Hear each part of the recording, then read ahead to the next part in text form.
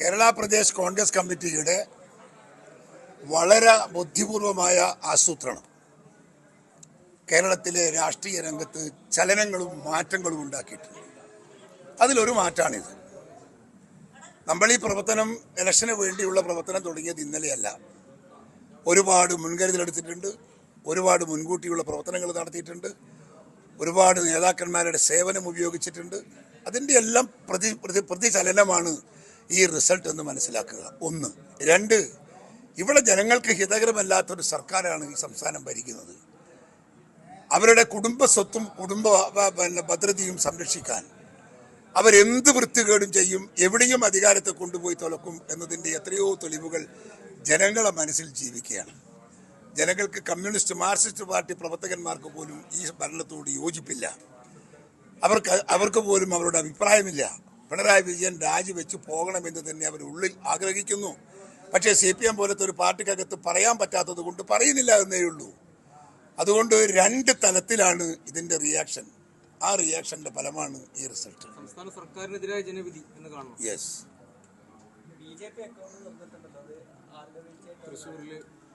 ബിജെപിയുടെ അകത്തും CPM-ന് പങ്കുണ്ട്. സുരേഷ് ഗോപിയും CPM-ഉം തമ്മിലുള്ള കരാറാണിത്.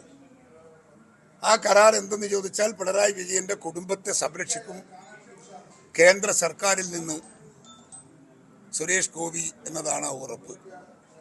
ആ ഉറപ്പിന്റെ പുറത്ത് CPM ഒരുപാട് വോട്ട് അവർക്ക് ചെയ്തു കൊടുത്തു എന്നാണ് എനിക്ക് ഇന്ന് തിരുവനന്തപുരത്ത് നിന്ന് കിട്ടിയ അവസ്ഥ. മുഖ്യമന്ത്രിയും സുരേഷ് ഗോപിയും തമ്മിൽ കരാർ എന്നുള്ള നിലയ്ക്കാണോ? സുരേഷ് ഗോപിയും CPM-ഉം തമ്മിൽ സഖ്യം. കണ്ണൂരിലെ ഇടതുകോട്ട എന്നറിയപ്പെടുന്ന സ്ഥലത്തടക്കം പ്രസിഡന്റിന് നല്ല ലീഡ് വന്നിട്ടുണ്ട്. എന്താണ് അതിൻ്റെ ഒരു? ഞങ്ങളാ ഉൾക്കൊള്ളുന്നു ജനം. ഞങ്ങൾ നല്ല പ്രവൃത്തി ചെയ്യുന്നു. നല്ല പ്രവൃത്തി ചെയ്യുമ്പം അവരെ ജനങ്ങൾ അംഗീകരിക്കും. നമ്മളൊന്നും രാഷ്ട്രീയം കൊണ്ട് ജീവിക്കാനോ രാഷ്ട്രീയം കൊണ്ട് എന്തെങ്കിലും പിണറായി വിജയൻ കളിക്കുന്ന കളിയൊന്നും കളിക്കാൻ ഞങ്ങളാരും ഇല്ലല്ലോ. ഞങ്ങൾക്ക് എല്ലാം ജനമനസ്സിന് വിധേയമായി അവരുടെ അംഗീകാരത്തിന് വിധേയമായി മാത്രമേ ഞങ്ങൾ എന്തും ചെയ്യുന്നുള്ളൂ എന്നതാണ് ഞങ്ങളുടെ പ്രവർത്തനത്തിൻ്റെ പ്രത്യേകത. അതുകൊണ്ട് ഞങ്ങളോട് വൈരാഗ്യമില്ല, ഞങ്ങളോട് വെറുപ്പില്ല, ഞങ്ങൾക്കെതിരെ വിമർശനമില്ല, ഒന്നുമില്ല. അതുപോലെ തന്നെ ഇന്ത്യ മുന്നണിക്ക് മികച്ച നേട്ടം തന്നെ ഉണ്ടാക്കാൻ കഴിഞ്ഞിട്ടുണ്ട്. ഒരു സർക്കാർ രൂപീകരണത്തിനുള്ള സാധ്യത പ്രതീക്ഷയുണ്ടോ? എവിടെ ഇന്ത്യ മുന്നണിക്ക്? ഇന്ത്യ മുന്നണി എവിടെ എത്തി? നിങ്ങളെന്തെങ്കിലും കുറച്ച് കാണിക്കുന്നത്?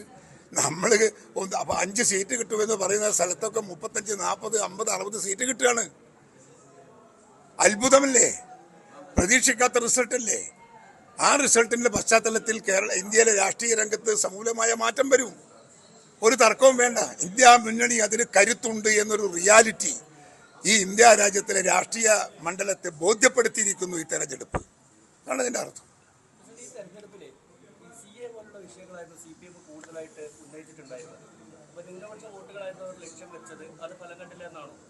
തീർച്ചയായും ന്യൂനപക്ഷ വോട്ടൊന്നും അവർക്ക് ഉണ്ടാക്കിയെടുക്കാൻ പറ്റിയില്ല. അങ്ങനെയാണെങ്കിൽ നമ്മളെ മുസ്ലിം കമ്മ്യൂണിറ്റിയിൽപ്പെട്ട നമ്മുടെ MP-മാർക്കൊക്കെ വോട്ട് കുറയണ്ടേ? അങ്ങനെ കുറഞ്ഞിട്ടില്ലല്ലോ. എല്ലാവരും വോട്ട് അടിച്ച് കയറിയില്ലേ? എല്ലാ ആളുകളും. ആ ഇമ്പാച്ചിയൊന്നും ഞങ്ങളുടെ ഇടയിലേക്ക് പോയില്ല. ഇത്തവണ ഐക്യജനാധിപത്യ മുന്നണി രണ്ടും കൽപ്പിച്ചുള്ള പുറപ്പാടാണ്. ആ പുറപ്പാടിൽ നമുക്ക് രാഷ്ട്രീയ ലക്ഷ്യമുണ്ട്. ആ ലക്ഷ്യം സാധൂകരിക്കാൻ ഒറ്റക്കെട്ടായി നമ്മൾ നാളെയും പടപെടും.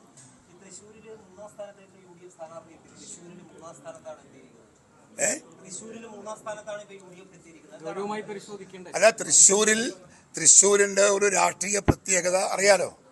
ആ പ്രത്യേകതയിൽ ഉണ്ടായതാണ് സംഭവം. ഇപ്പോഴും അത് കുറഞ്ഞുകൊണ്ടിരിക്കുക. അവരുടെ വോട്ട് കുറഞ്ഞുകൊണ്ടിരിക്കുക. നമുക്ക് എല്ലാറ്റിനും മുമ്പിൽ രാഹുൽ ഗാന്ധി എന്ന ദേശീയ നേതാവിൻ്റെ ഉയർച്ച, ജനമനസ്സിൽ അദ്ദേഹം നേടിയെടുത്ത കരുത്തും സ്ഥാനവും നമ്മളെ ഇതിനൊരു വലിയ ഘടകമാണ്. പാർട്ടിയുടെ മാത്രമല്ല, പാർട്ടിയെ നയിക്കാൻ കരുത്തുള്ളൊരു നേതാവ് ഇന്ത്യ രാജ്യത്ത് വന്നു എന്ന ചിത്രമാണ് അഖിലേന്ത്യാ തലത്തിൽ ജനമനസ്സിലുള്ളത്. അതുകൊണ്ട് രാഹുൽ ഗാന്ധിയുടെ നിയന്ത്രണവും നേതൃത്വവും നമുക്കൊരുപാട് ആത്മവിശ്വാസം പകർന്നിട്ടുണ്ട്. അതുകൊണ്ട് തന്നെ നമുക്ക് ഇത് മാത്രമല്ല, ഇതിനപ്പുറത്തും നേടിയെടുക്കാൻ കോൺഗ്രസിന് അല്ലെങ്കിൽ മുന്നണിക്ക് സാധിക്കുമെന്നാണ് എൻ്റെ വിശ്വാസം.